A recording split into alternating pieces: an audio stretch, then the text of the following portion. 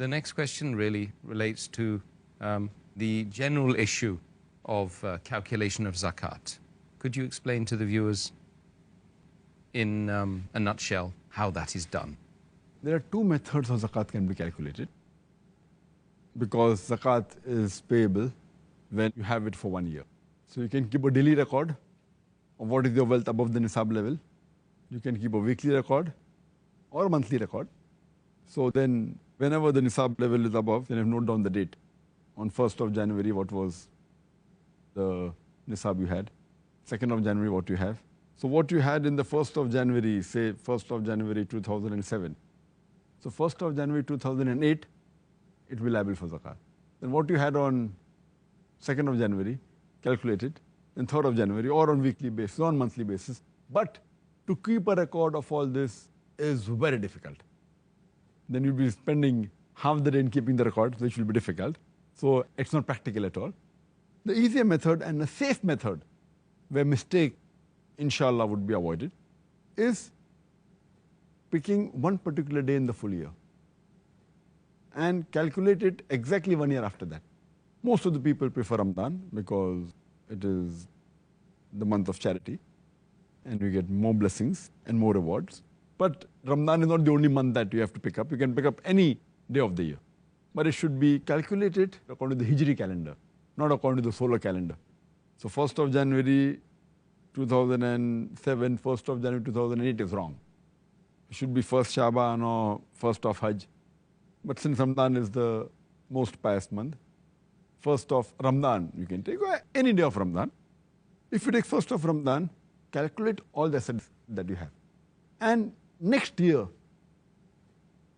if it's 1st of Ramadan, 1420 Hijri, then 1st of Ramadan, 1421st Hijri, you should see what amount you have. Now, if you calculate only on one day and see exactly 1 Hijri year later, 1 lunar year later, it is the safest method. There can never be any possibility that you will give less zakat. There can be high chances you may give more zakat, but never less. Why?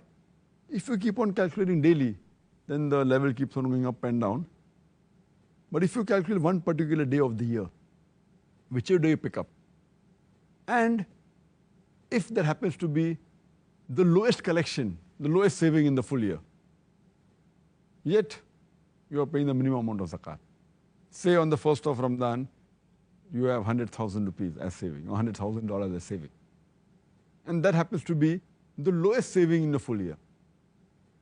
Yet, since it's the lowest, you have to pay zakat on what you possess for one full year.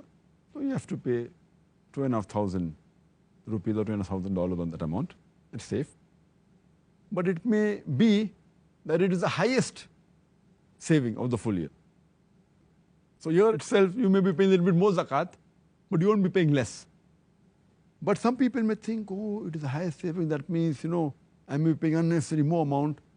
There are chances you may pay more, but there are no chance you will pay less. Because even if it is the highest, and if you think that you will try and catch the lowest point may keep on changing. It may be in the month of Shaban, it may be in the month of Rajab, maybe in the month of Hajj. And then if you try and catch that point, next year it will again change. So if you try and catch that point, there are high chances you will pay less zakat.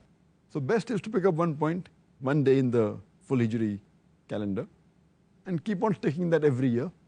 And you'll be less assured that you will never pay less zakat, you may pay more.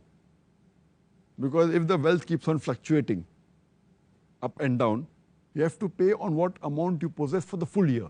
Yeah. But the lowest point once, maybe Shaban, the other may be Ramadan, the third may be Hajj, maybe any month. The safest is to pick up any one, keep on sticking to that year, and inshallah you'll never pay less. You may pay more. Sometimes 10% more, 20% more, 30% more. It will never be less, inshallah. So this is the safest method and it's the best method.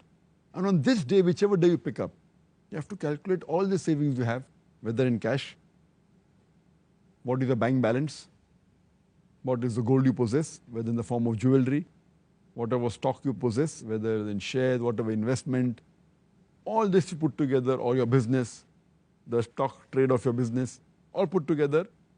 If you're due to receive some amount from someone, even that has to be calculated because he has given a bit late, but yet it's your property. Or if you have given some loan to someone, that has to be calculated. But if you have to give some money to someone, that has to be deducted from your amount. For example, you have taken a loan of $100,000 or 100,000 rupees, and the total amount is 500,000 rupees that you have in your home, cash in hand, cash in bank, stock, everything. So you have to minus from 500,000, 100,000. So you have to pay zakat on 400,000. But if you possess 500,000 and you have given loan of $200,000 to somebody else, and you have to receive $100,000 because the goods you have sold, so 500 plus 200,000 plus 100,000, you have to pay zakat on $800,000. So in all, you have to calculate on one particular day of the year, and then you have to pay zakat 2.5% on that.